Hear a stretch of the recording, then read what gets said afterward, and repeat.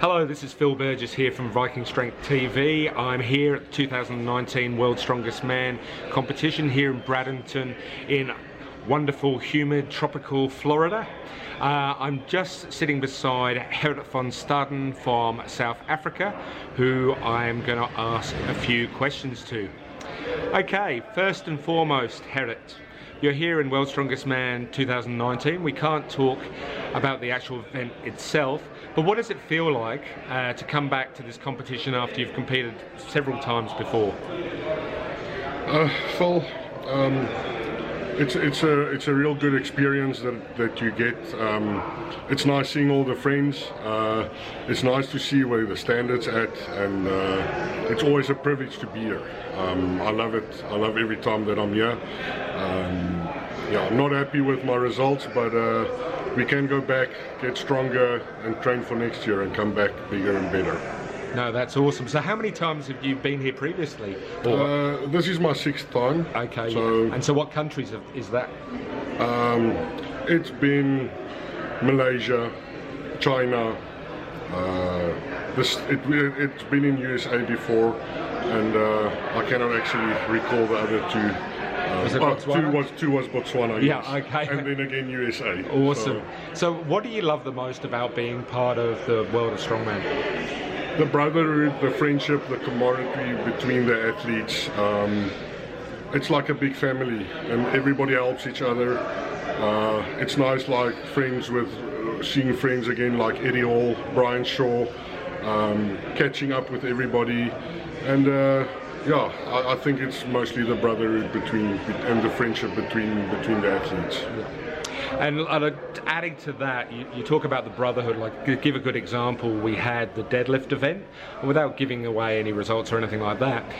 It was really interesting that Brian helped out the athletes by telling them to take their time with the warm-up rather than having to rush, because as with World's Strongest Man, the timing of events, when they say 5 minutes, it could be 15 minutes or 20 minutes, so it's very hard to get things right. But you know, Brian went out of his way yesterday to help the other athletes in his group, you know, to make sure that they're all ready to go. So that's great when you have that. Yeah, Phil, like I've been saying, me and Brian's been friends for a while. I've got a lot of respect for Brian. I admire what he's achieved. I'm vouching for him to make it number 5 this year, you know. So yeah, it was nice yesterday, cooling, you know, warming up, and then you have to cool down again because you're waiting for your slot to go and deadlift. And then I didn't have time to warm up again, and then he actually stepped in and said, listen Gerhard, you must take your time to warm up, they can wait for you, and that was nice, you know. It's not just that we're competing against each other, but we're looking out for each other as well. So you give each other advice and you help each other out where you can, and that's priceless to me. That no money can pay for that.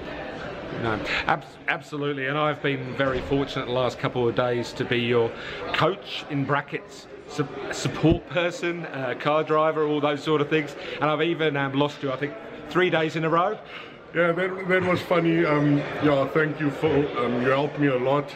I think your coaching skills are quite up there, except you just have to keep a leash on your athlete, you know, so to know where he's at the whole time. But it was fun.